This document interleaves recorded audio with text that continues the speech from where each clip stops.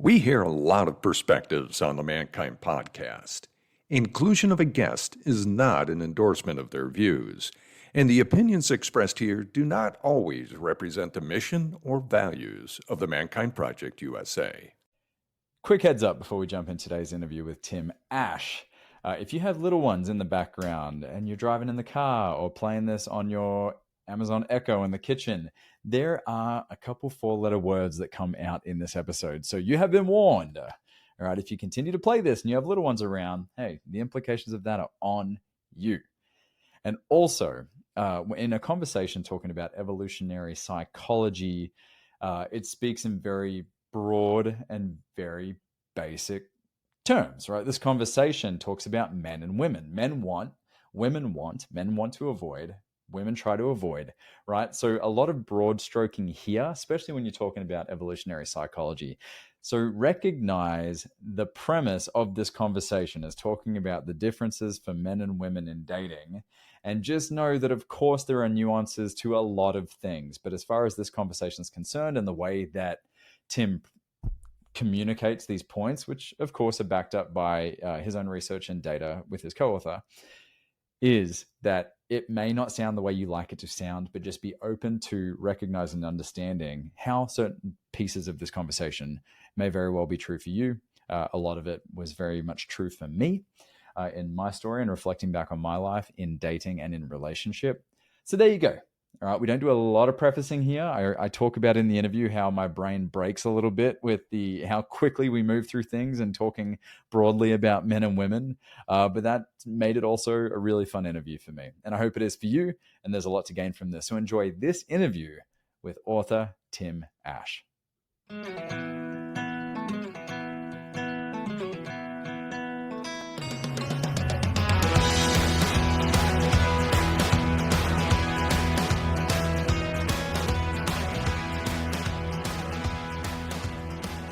G'day and welcome to another live recording of the Mankind Podcast, the show where we break the molds of modern manhood to prove there is more than one way to be a man. And today I'm joined by Tim Ash. Tim is a best-selling author, speaker, and expert in evolutionary psychology. His new book, Primal Dating, takes a closer look at why modern dating often feels frustrating or confusing, especially for men. Instead of giving quick tips or surface level advice, Tim digs into our evolutionary wiring to explain what really drives attraction and connection, and why so many of today's approaches miss the mark. I'm excited to explore what this means for building more honest and meaningful relationships. And of course, what I know from you listeners out there is some of our episodes on dating and connection and deepening relationships are some of our most downloaded. So Tim, excited to have you here, mate, and excited to dive in. Right on, Brandon. It's great to be with you. Yeah, so I want to kind of set the scene here to kick us off. And why is, kind of a leading question, why is dating today such a dumpster fire? Whoa, well, we could probably spend a whole episode on that, but it's interesting because I've written 2 books on evolutionary psychology, and my first one was called Unleash Your Primal Brain. It was kind of an overview of how we evolved and what we picked up along the way. And I have a chapter in there about sexuality and gender differences. And that one is the one that got the most, I guess you'd say, strong emotional responses. And the deeper I went into writing the latest book, Primal Dating, the more I realized how fundamental this is. I don't want to exaggerate it, but this is civilization ending shit here.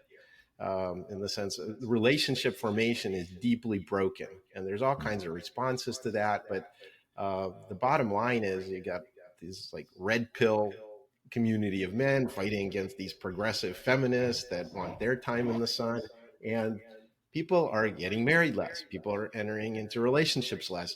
People are having sex less.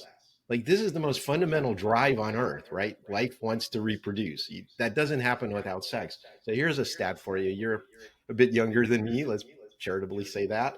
I'm an old guy. But men under 30 have reported having sex less in the past year, like 3 times less than they did a decade ago. Wow. The number of men that haven't had sex in the past year has tripled from 10% to 30%. That's a really, really high number, and shows that there's something, fundamentally imbalanced. And we have all kinds of cultural reasons to explain that, like I mentioned earlier. But the bottom line is that, except for the top guys, what we refer to as the chads in the dating marketplace, the top 5, 10% guys, everybody else is really, really frustrated. Women are frustrated, especially highly educated women. And most men who would have been good matches historically and evolutionarily in the past are now effectively invisible. So that sets up a lot of, civilizational and cultural issues. And we've only had a generation or two to adapt to it. Right. And what would you say have been the leading causes of how we've gotten here with modern dating and why it's so Mm. difficult? Yeah, well, I think there are three main strands. One is basically our ignorance of how we got here, literally the evolutionary psychology and the biology of it, and what we're like as a species, and like as men and women. Another is these massive, I guess you'd say, technical and cultural changes, primarily because women have gotten done really well economically, educationally. My daughter's studying computer engineering at University of California, and I wish her the best. But 60% of women are getting 60-40 women getting college degrees compared to men. In large metros, women are out earning men until they choose to have a child. So that's all great, down with the patriarchy and all that. But the women have evolved to have hypergamy. They're really risk averse. They want to place one big bet on a guy that can long term provision for them. So they're looking for their single best option. And guess what? That's never going to be at the same level where they are now. They need someone that can upgrade their life. So what you find is these women that are doing financially and socially better, they are still looking for a guy who's doing even better than them. So that's one of the things that makes most guys today non-competitive, and it's leading to a lot of problems in for men. All these deaths of despair, frustration. I think it leads to political polarization. Like I said, this rabbit hole goes deep. Then you pile on top of that online dating, which is how most people meet, and then you have this really skewed marketplace there because there are twice as many guys online, right? That itself is a major imbalance. China would selectively kill off their female babies and they have more guys. Well, that caused problems a generation down the road. So twice as many guys online competing for the same women, that's a problem. And then you add to that men are the ones that always make the approach. They're the ones that decide who to approach. Well, online, that has no consequences. So men's approach behavior has been turned up to 11. And if you look at it, well, actually 111 probably on a scale of 1 to 10. So what you find is every woman is getting hundreds of people in her online inboxes and thinking she's all that in a bag of chips, when they're not. So they have an unrealistic assessment of their own self-worth. And combine that with, I have my master's degree and I own my own house and I still look good in my Lululemons. And basically, most women think that men are a lot worse than they are. And then the final ingredient is stranger danger. And this is an evolutionary thing. Women are 25% smaller than men.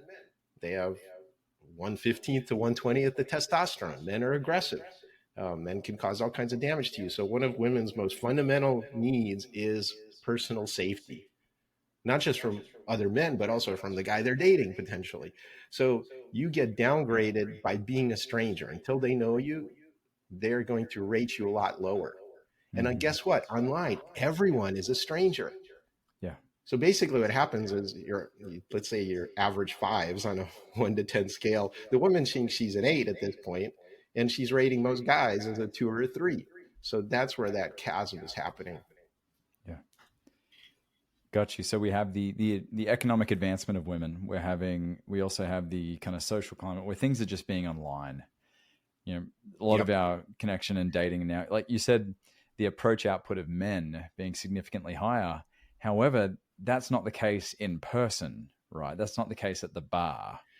Right, but we don't have those places anymore. We don't have the bars, and we don't have the bowling leagues. We don't even have the church groups or whatever. All of that social fabric where you used to meet in person, those places have gone away, and we're stuck staring at our cell phones. Yeah. And in that sense, the women and men don't think they have competition. They have infinite choice in online dating, and it's not true at all. Yeah.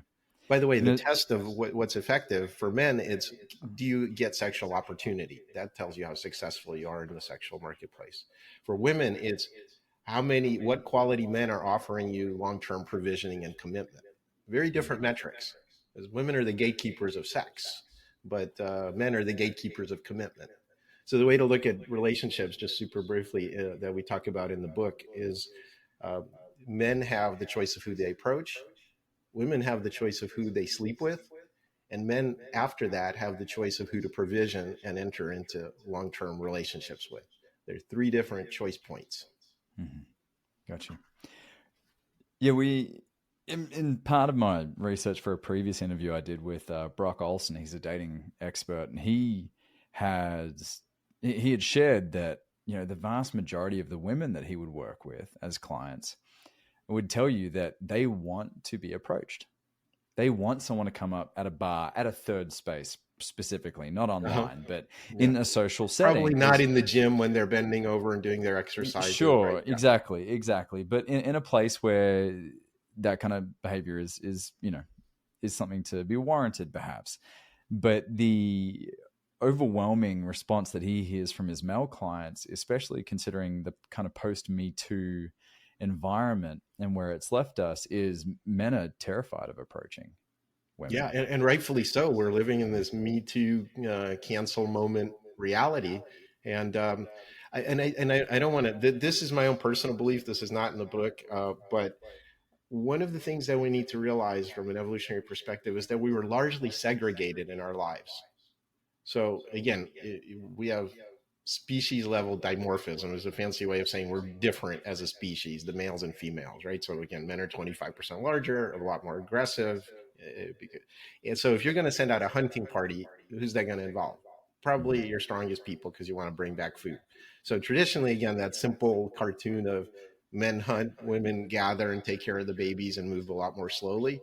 Well, that's reality, because we have the most helpless babies on the planet. It takes 25% the years for our brains to mature fully, right?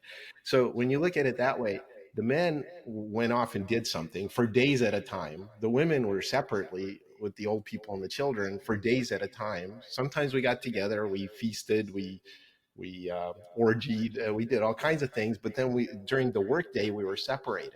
So one of the reasons I believe personally that we have this kind of difficulty squaring the circle and navigating stuff is because men and women are together 24/7 now. You're together in the workplace, you're together at home with one person on whom you're putting all your needs, and it's just not what we were designed for. Gotcha. So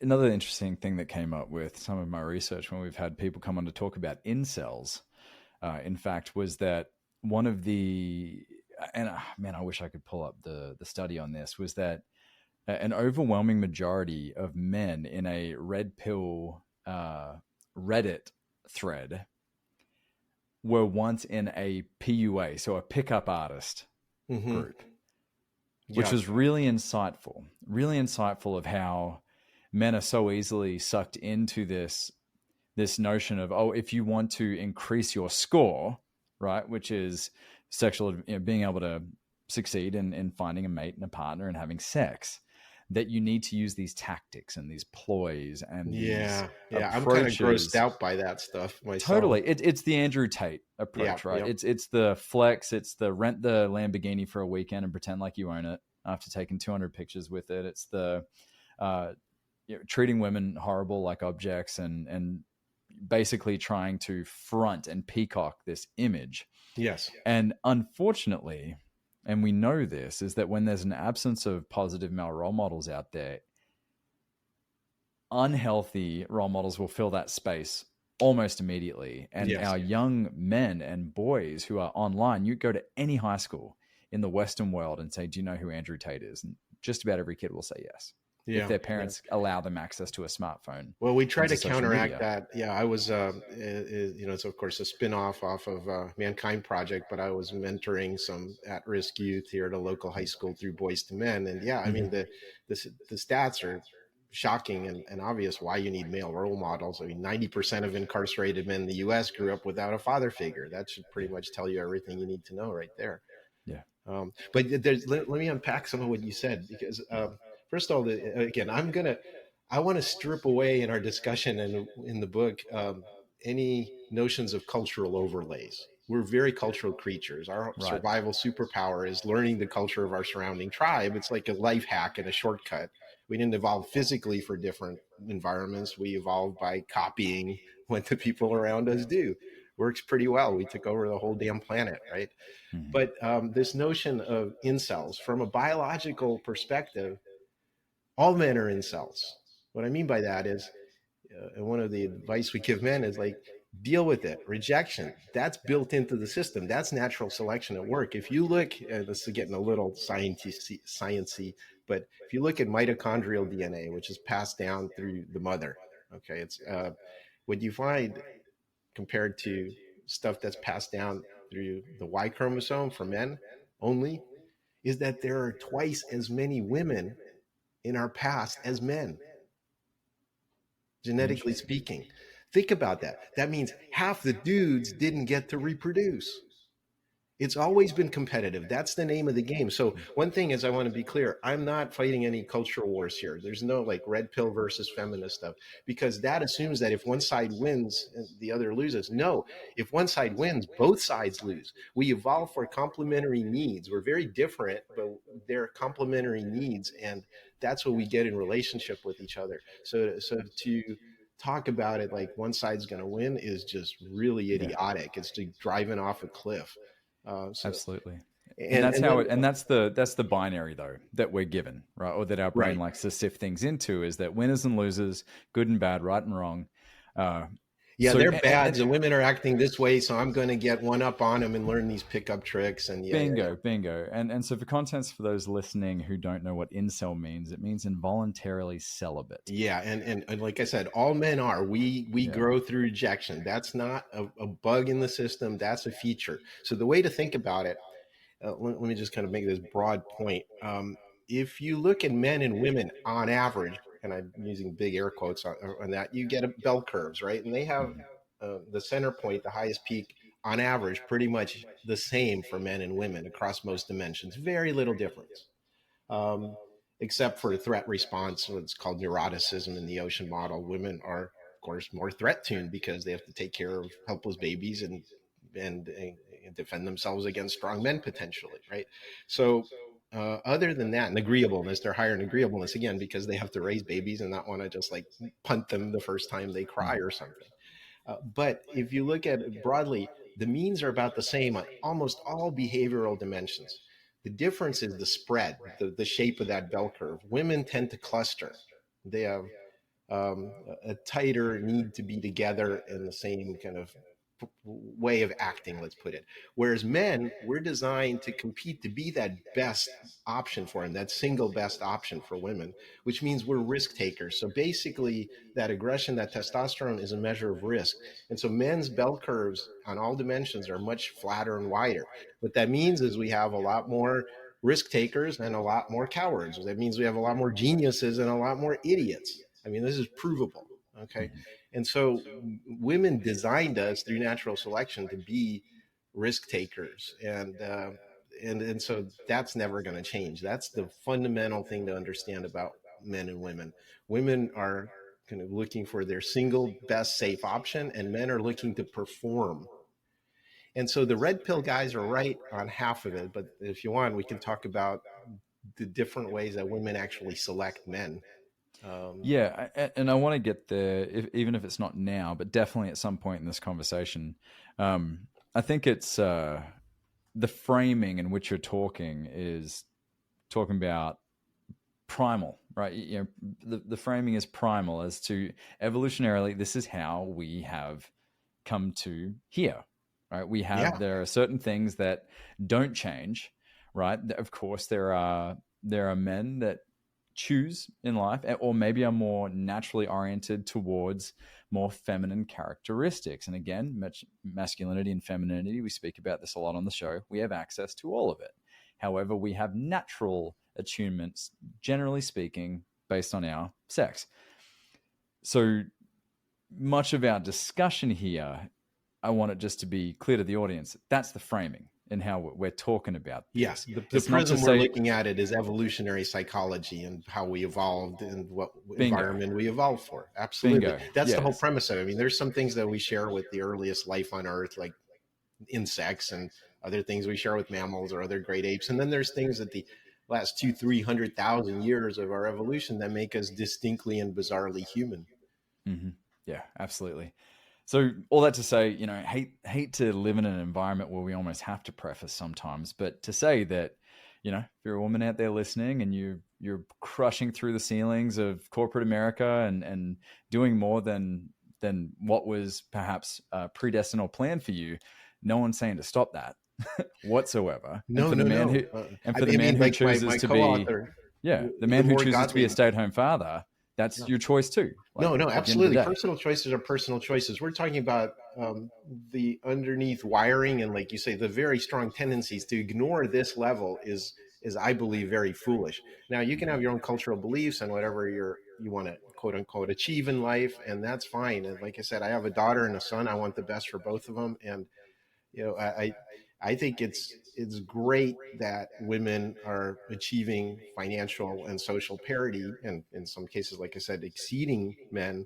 But up with women doesn't mean down with men. Like I said, Yeah. there, if that's the approach, we're going to have even more severe crises coming up headed our way. Yeah, it's not a zero-sum game. No, And the whole point is we evolve for complementary needs. And one of the biggest problems when you talk to people who are quote unquote dating coaches or matchmakers is that they think of dating as like this optional cherry on the sundae thing.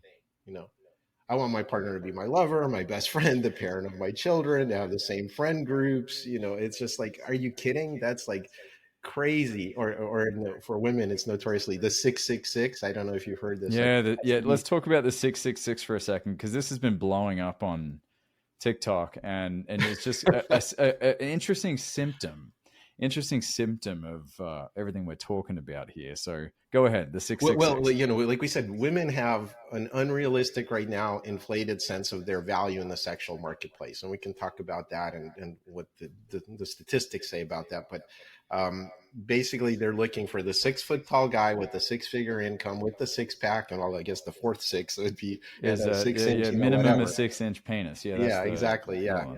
headline. So hung like a horse, and then like so this like alpha looking Prince Charming, and Yep. it's just not. If you look at any one of those dimensions, guys over 6 feet tall in the U.S. are about 1 in 6 people. People Yeah, earning six it's figures, I think it's like 5%. So you start crossing those together, tall yeah, and high earning and in great shape, and all those ands yeah. basically are a unicorn. Such people don't exist, and if they do, they have so much optionality in today's marketplace, sexual marketplace. They're not going to freaking commit to anyone. Hmm. They're living rock star lives. They can have any woman anytime, and so why would they commit to a lifelong monogamous relationship with you? First of all, that's not our default setting as a species. But again, given that men hustle their whole lives to have that sexual optionality, why would they give that up? Because you're so perfect for them, that you're Hmm. this transcendent angel and no Yeah. other woman even comes close. Get real. Well, and I think that's where we see a lot of people settle for folks that project that image, but they don't actually have what it is that that equates to a long and lasting, fruitful, healthy, and loving relationship. So let's get into now what women are attracted to and how do they select? Like, what is their Mm. matrix in which they make their selections? Well, in the book, by the way, I have to credit my amazing co-author, Dr. Lamore Gottlieb, for keeping me honest on a lot of the evolutionary psychology stuff. She's got a PhD in it. But in the book, we talk about there differences between attraction and selection. Attraction is how we want to be perceived, and selection is how we choose our partners. So for men and women, they have different, radically different strategies for both attraction and selection.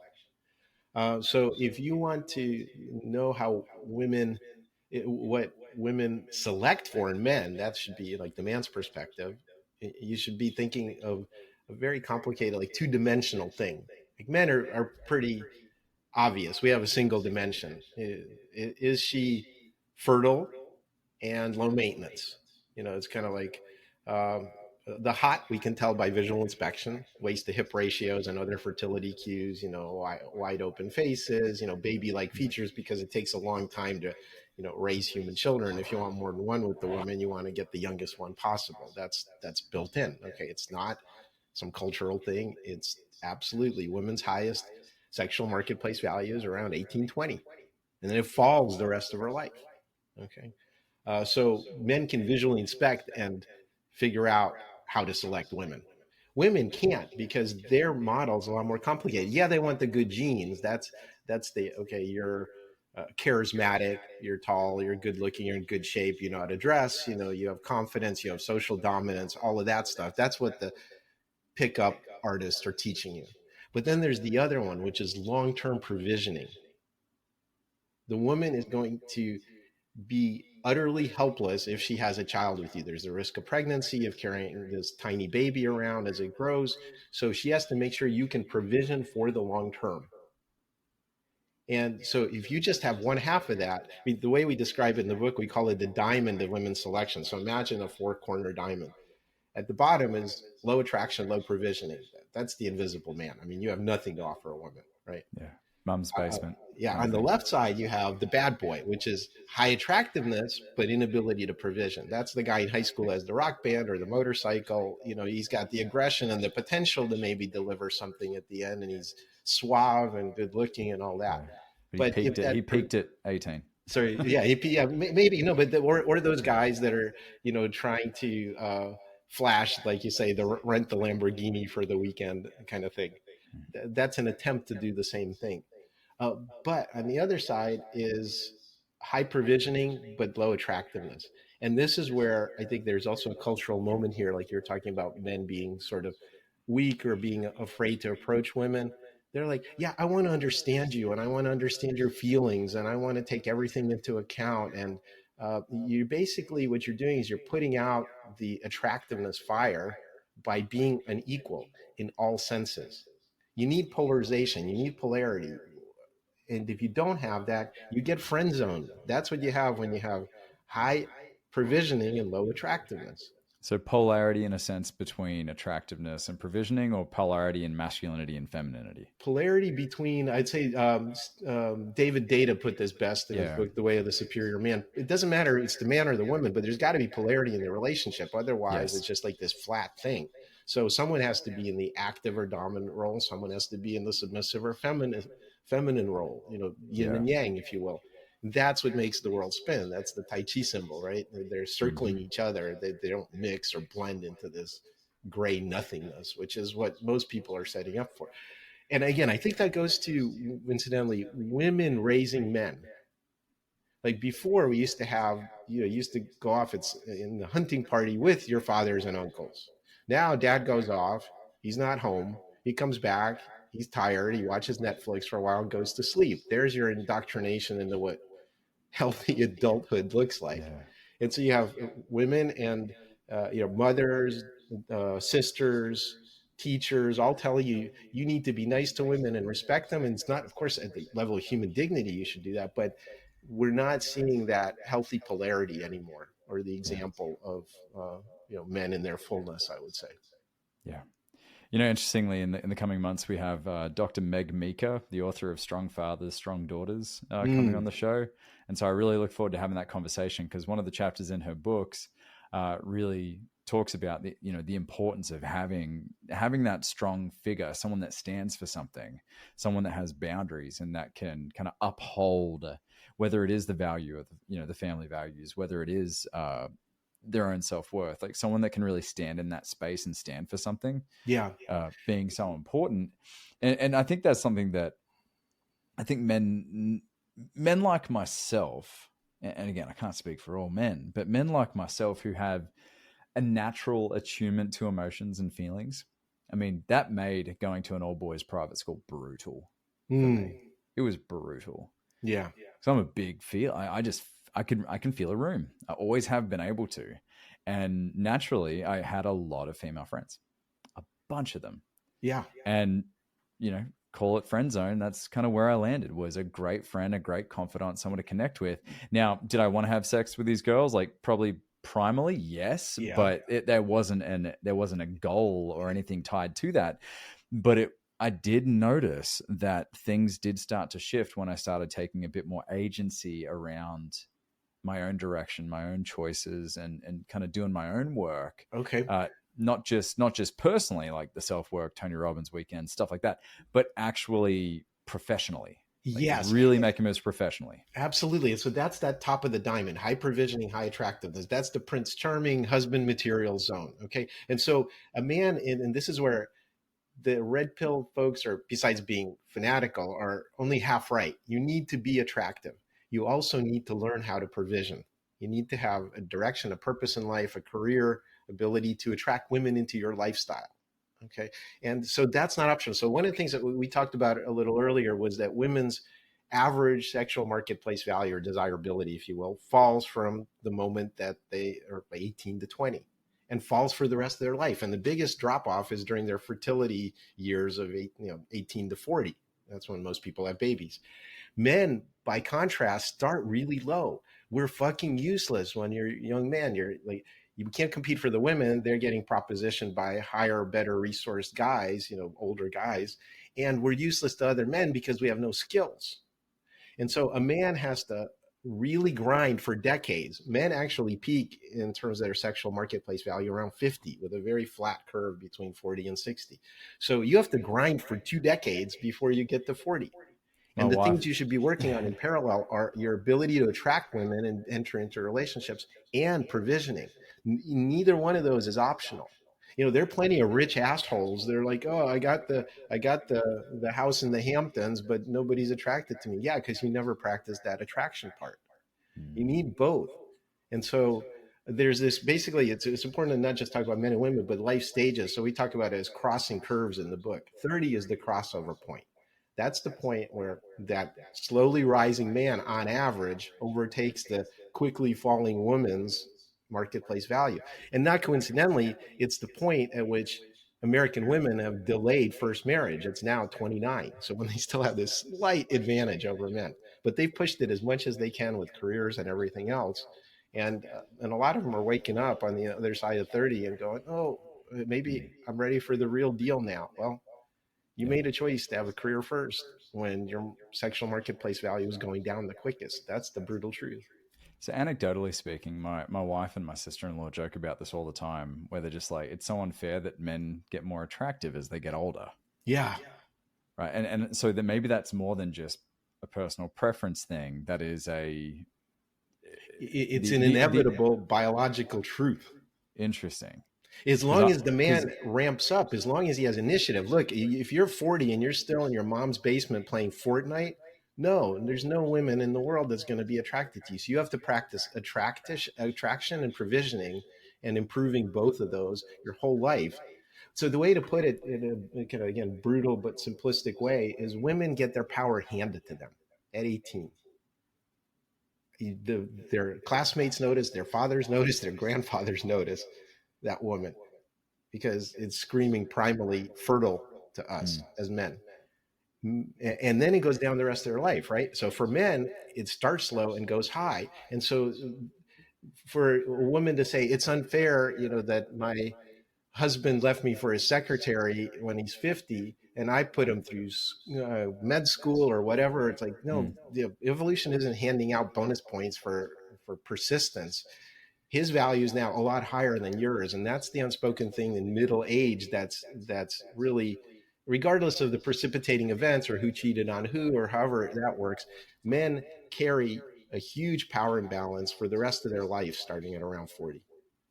They have a huge advantage, and they have optionality now for the first time with a lot younger women. So usually in middle age, it's a hard reset. And often they go for much younger women that weren't in play when they were that pimply guy in college. See, this confirms one of my suspicions, which I've generally known to be true, is that my wife took the biggest gamble on me when we got together, because I was living in a van with my dog and negative $500 in the bank account. So my provisioning score was 0, but I was ripped with long hair and I was adventurous. So I guess I scored a little bit higher in in the Yeah, adventure stage, and then we got settled, and the dad bod kicked in, and the parenthood kicked in. I wake up every day, yeah. and I have a new line next to my eye, and Oh, just one, lucky you. Yeah. No, but it's, by the way, so that bad boy thing isn't necessarily, it's okay when you're younger. What it shows is like I have the aggression and the social dominance and the initiative to become a man of worth in the future. And one of the strategies that we give men, by the way, in the book, we have separate guides for men and women, both for insight strategies and tactics for dating. But 90% of the book is for relationships and understanding each other better, not necessarily for active dating anyway. But one of the strategies that we tell women is bet on the rise, not the prize. bet Like on the if all the rise. women are lining up in the winner circle to fuck the winners, you're too late. You're going to have massive competition there. So pick the guy who And they're is all going to be showing. your dad's friends, if Yeah. that's how it goes. Yeah. Yeah, but you have to see the guy with, like you, the diamond in the rough, the one that has initiative and is working on himself. And it's, basically, a man's only going to get better if he has that initiative. Right. So the smart woman's going to lock it down as early as possible with a man who's on the rise. Got And you. again, I would give very asymmetric advice to my daughter and my son. For my daughter, it would be lock in your best relationship possibility early. You can have a career later. You can't do it the other way around. A lot of women are getting really pissed off around in late 30s and up because they had the career and now they're ready for the real thing, and all, but no one's throwing offers of commitment at them. Right. And Interesting. for men, it'd be the opposite. Wait, you're going to have a lot of failures, a lot of smashing your face against a lot of closed doors for decades. I mean, for me, it switched when I was in my early 30s. I started salsa dancing, and that's I met my wife a few years later. That's like, but it was also because my company was building, and I had self confidence, and those things come naturally through competence. They don't happen because of these pickup tricks or red pill Got you. stuff. Yeah, yeah. Through competence. All right. So let's Yeah, let's start talking about in that diamond, right? yeah. Raising into both attraction and provision. Okay. So, and I'll frame it this way because I want to look at both. Some folks hit the genetic lottery. That's just Yeah. how it works, right? Deal with it. The Kudos. Your Calvin parents, Klein underwear models, I yeah, call it. your parents look like that, and they spat out you, and you look like you, right? Yeah. Wherever you land on the attraction scale, based on, and they've researched this, right? How far your eyes are apart, Yeah. how all these things. What can someone do to increase their attractiveness to women? Oh, I mean, there are actually some very simple things these days because it's mediated through online primarily. Appearance takes an outsized role. It's extra Mhm. important. So I'm just amazed that we've interviewed lots of women for this book, and all of them are saying just like, "Dude, brush your teeth, shine your shoes, use some deodorant." I mean, it's like basic stuff like that. Apparently, men haven't gotten the memo. So Mm. think about your clothing style. Whatever it is, it could be funky, it could be ripped jeans, or you Yeah. know, Does it uh, fit? Right. Is well, it? fit doesn't hurt, but don't spend all your time in the gym. That's a lot of young guys. That's all they have to offer, so they Yeah. they pump up their testosterone and Yeah. eat lots of protein and go Yeah. lift heavy weights, but that's not going to be enough. The most important thing is confidence. That shows. So the way to think about it, again, like borrowing from David Data, there's always going to be kind of a somebody who's more attractive in the relationship. And so here's the way to think about it. If a woman smells stink or need on you, they've been tuned to know that. If you're a supplicant to get sexual with them, they can sense that, and they're batting those men away. But if you flip the script and there is that kind of like, hey, I'm just auditioning you, I'm playing with this is fun, this is not something I desperately need, then all of a sudden they're like, huh, this is a little unusual. This guy isn't like, you know uh, trying to get me in bed. Right. Yeah, exactly. So So I they're think not that attached to sense the of play. outcome. Yeah, we're putting in the early steps to see if this is a worthwhile engagement, whether we want to continue, but there is no attachment to outcome. Yeah, There's no I'm but trying also to. I'm auditioning you for a role in my life. Yeah, It's well, like, I mean, and if you're looking at it from the lens of each person, right? They both have that need to have exactly, that that's what sense. makes it a marketplace. Both people need to say you're a good fit for me, right? Gotcha.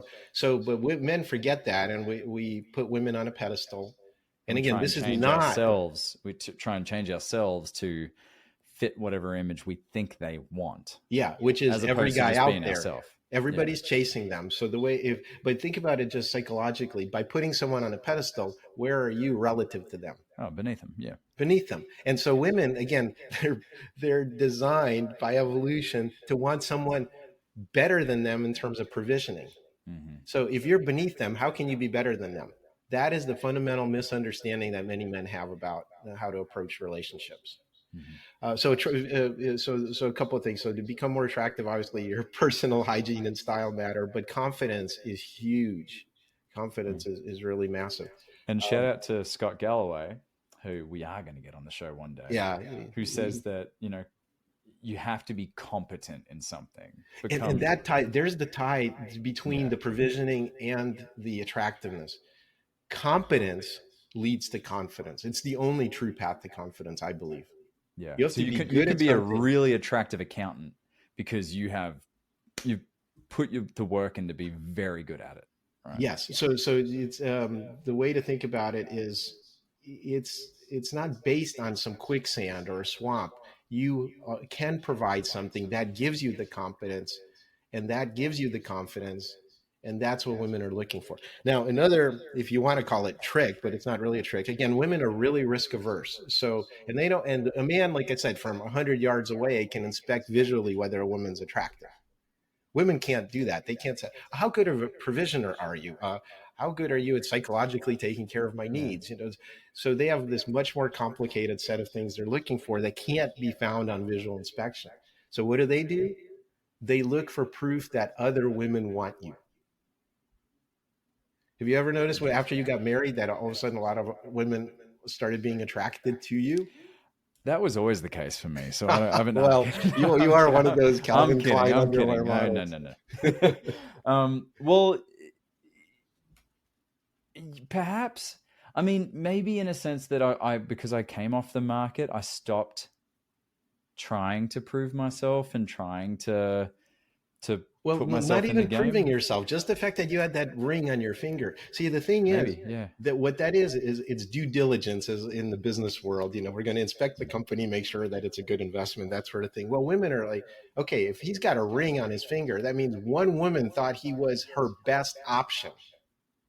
Think about that. That's already a high level of due diligence. He's not a psychopath. He's not going to date rape me or roofie me. Okay, he's not going to be an addict or whatever nightmare scenario she's got in her mind. Leave me after getting me pregnant. Some woman decided to marry him. Okay, that's a pretty high bar. And so if you're in an environment and you're surrounded by women that are high status themselves, attractive, capable women, then you are look better to all women. The same guy in the company of attractive women will be rated higher by other women. That's their shortcut. And so But anything you I can do guess to, it's important to not get skewed where you don't want to necessarily establish situations in which that occurs. Right. well, I would argue with that. I would say basically Really? what that means is if you're surrounded by high status women, you're an alpha. But you don't have to be famous to be an alpha.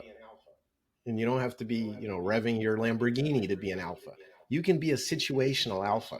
So realize that there are lots of different sexual marketplaces. There's work, there's your, church or synagogue or what have you. There's your pottery class, there's your meetup hiking your group, third right? spaces. Yeah, but what I'm saying, in whatever environment you're in, be the alpha in that. You can be a situational alpha. See this breaks my brain, Tim, because the whole thing, like being alpha, just like I'm so turned off by the language, and I'll call it out for what it is. Yeah. Just the language, because of the climate we've existed in with the Andrew Tates and with these alpha bros out there. So I'm intentionally reminding myself and perhaps reminding the listeners, we're talking primally here. We're talking. Well, and I don't mean that cartoon version, not the pumped up Johnny steroid taking, Bravo. sports car driving, fuck 3 models every night on my yacht kind of guy. Okay, that's not what I'm talking about. The point is, women are looking for social dominance and leadership abilities and competence, the ability to effectively have agency in the world. They're looking for initiative. And so that, again, that could literally be in your book club, in your hiking meetup group. Yeah. You're at the wedding, you're the guy that decides to make a toast. You don't Yeah. shrink back from life. That's my point. It doesn't mean you have to be this hyper aggressive asshole. That's not my definition of an alpha. Gotcha. But the point is, you don't have to be world famous. You don't have to be a rock star or an NBA MVP. You can be situationally at the top of the social hierarchy. So pick situations where the people you want are, and just get locally famous, if you will, or noticed in those. That's the strategy. It doesn't mean you have to turn into some kind of, uh, Yeah. like I said, some incredible Hulk figure, And Yeah. The fun thing about this conversation for me, Tim, is the stripped back simplicity of it, because I've always said to Boyson, my mission for the show is to simplify manhood and masculinity, and he said we do the opposite and we complicate it. But this conversation, you're speaking very frankly, you're speaking very matter of fact. I recognize this is all coming from evolutionary psychology. And the thing that's interestingly like breaking my brain is, years of having to exist in a space, and let's just call it what it is. Like the Mankind Project generally is a more progressively leaning organization, or we attract men that are generally more progressively leaning.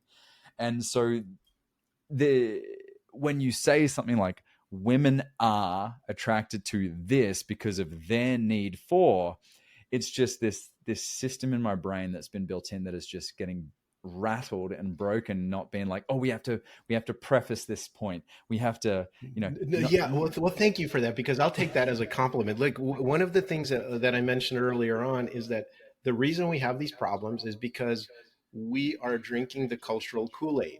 There are cultural overlays. I can call someone a gold digger. That's a pejorative term, right? And that's deprecated right now. Well, guess what? That's the oldest mating strategy ever. At the top of the market, a young woman locks down a high provisioning man.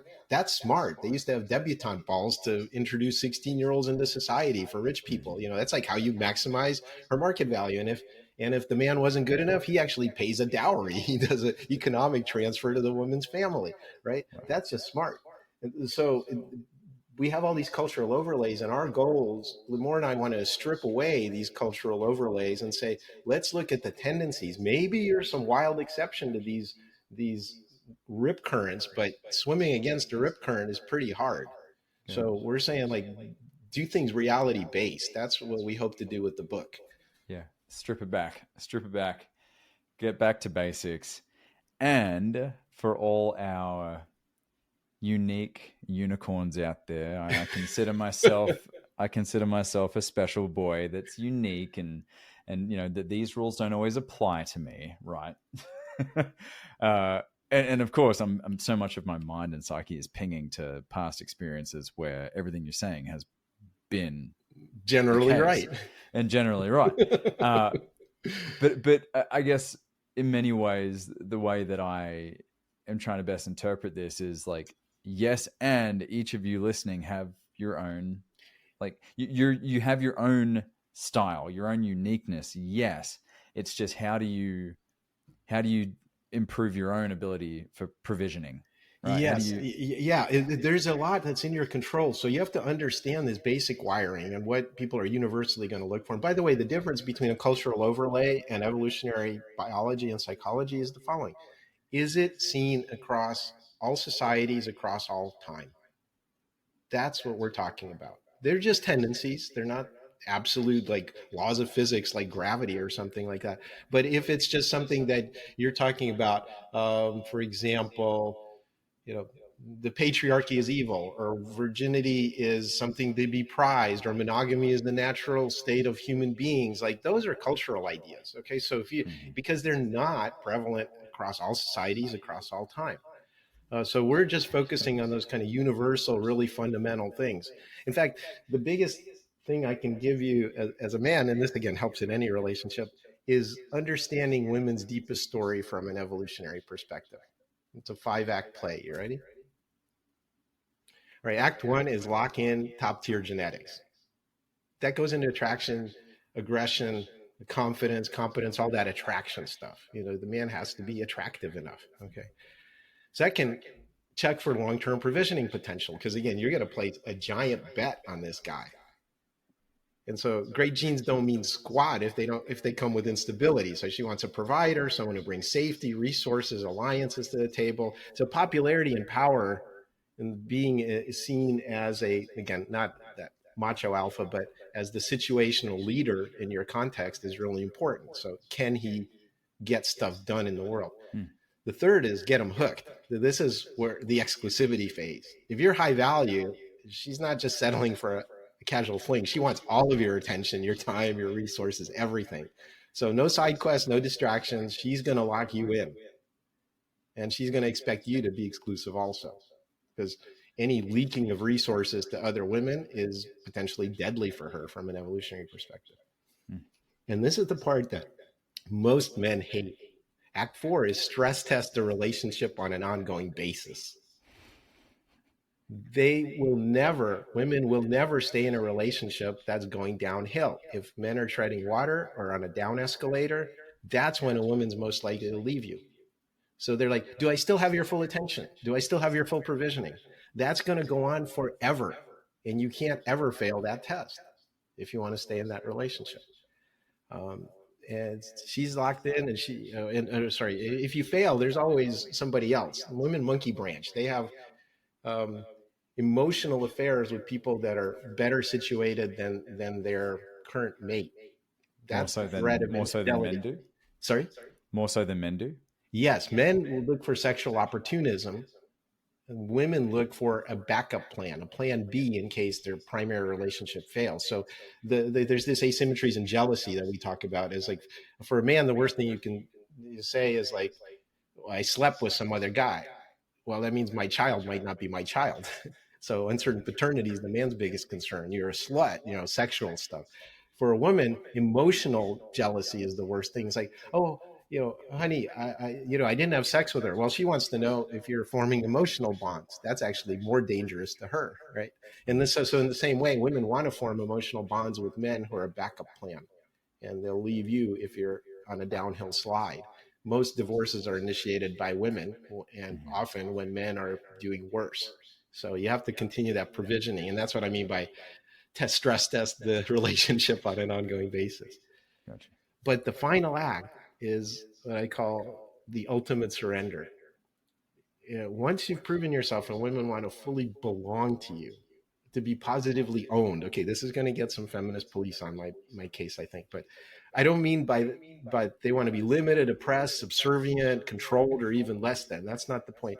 They want to belong to something that's greater than them. All human beings should be treated with respect and equality, but when I say own, I mean in the sense of not being alone or astray, of belonging to a strong family or tribe, this unshakable sense of being part of something greater than themselves.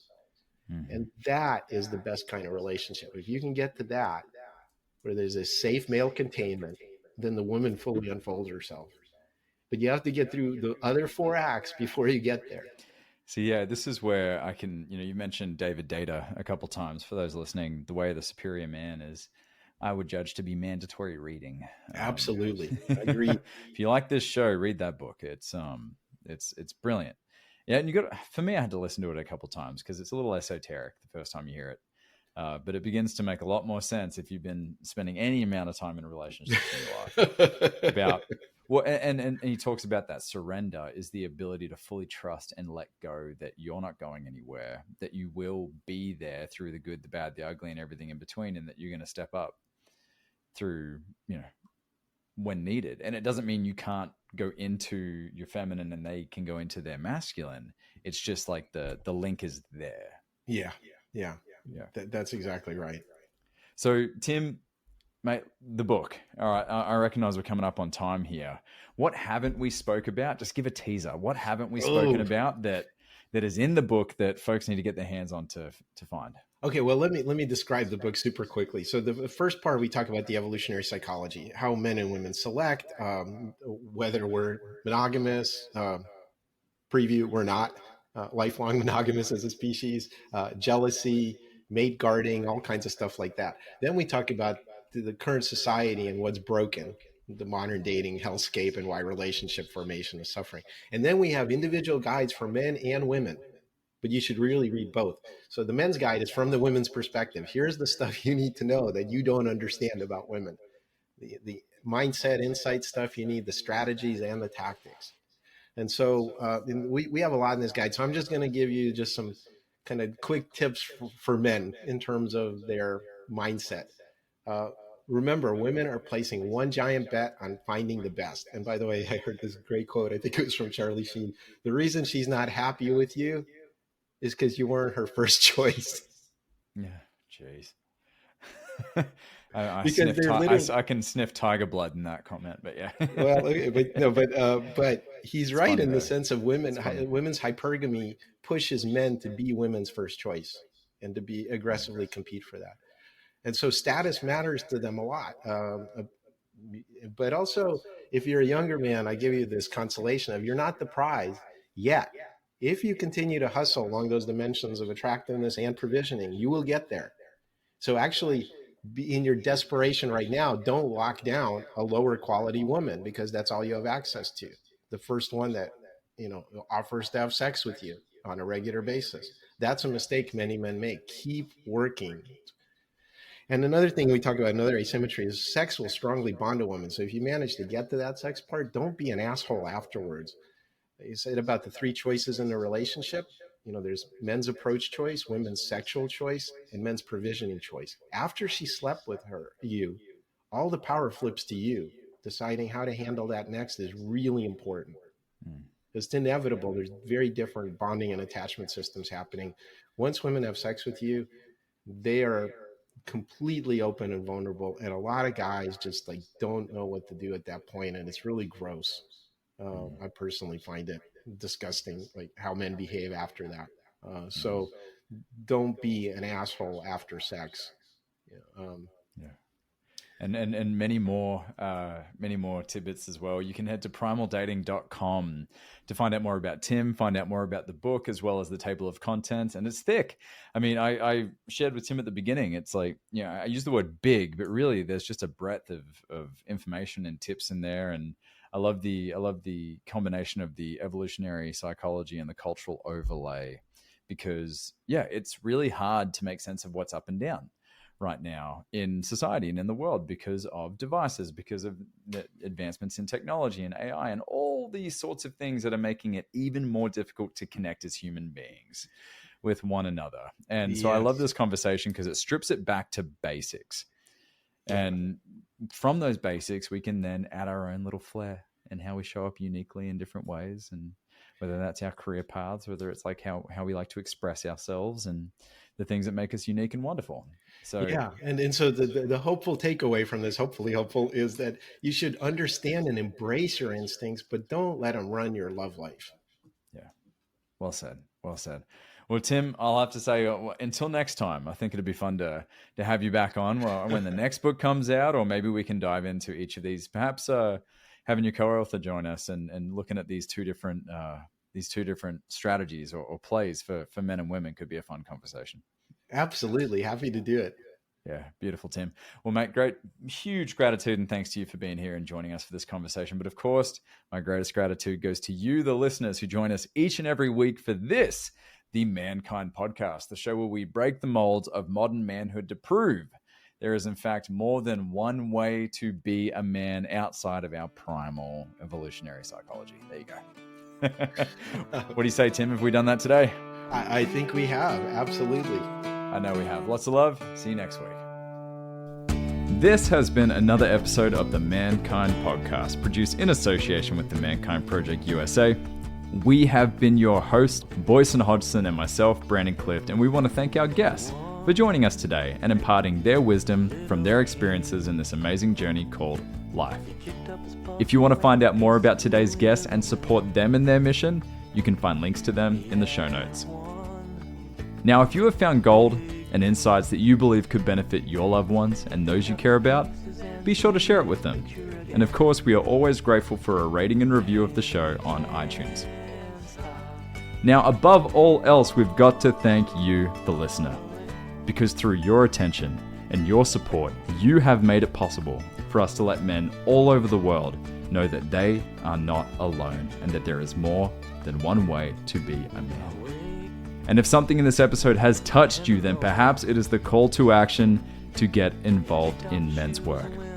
With live trainings happening constantly and in-person trainings happening all over the world, the Mankind Project definitely has something for you. Now, if you've enjoyed the music in this episode and all of our episodes, be sure to check out Jim Donovan and the Sun King Warriors. I have links to them in the show notes. And lastly, just know, what it means to me to be a man is completely different than what it means for you. That is the beauty of this journey. So if you are looking for guidance, support, and community as you begin to unpack and dive deeper into your men's work journey, then you know where to find us. Same place, same time, next week. Lots of love. We'll see you then.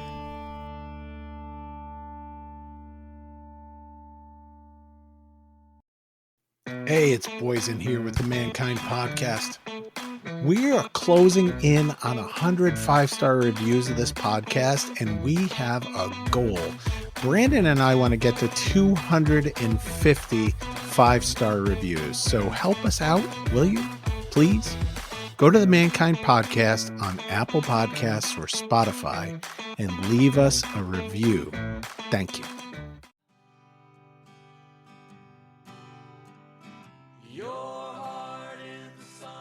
Hey, it's Boysen. On the Mankind Podcast, we've brought some incredible guests on to talk about the importance of doing the work to improve our mental and emotional health. And here's the truth. Multiple times over the last 25 years, I've had the help of one-on-one work with some amazing therapists. For me, for my wife, for both of us as adoptive parents, and for our kids. The Mankind Project and Men's Group, though awesome, are not a substitute for professional mental health support. And so I'm thrilled that the Mankind Podcast now has BetterHelp as a sponsor for the show. BetterHelp works online. It asks you what you're working on and then matches you for live one-on-one sessions with a licensed therapist, someone trained to work with you, listen, and offer helpful insights. I'm using BetterHelp. It's super easy, and I like what I'm getting.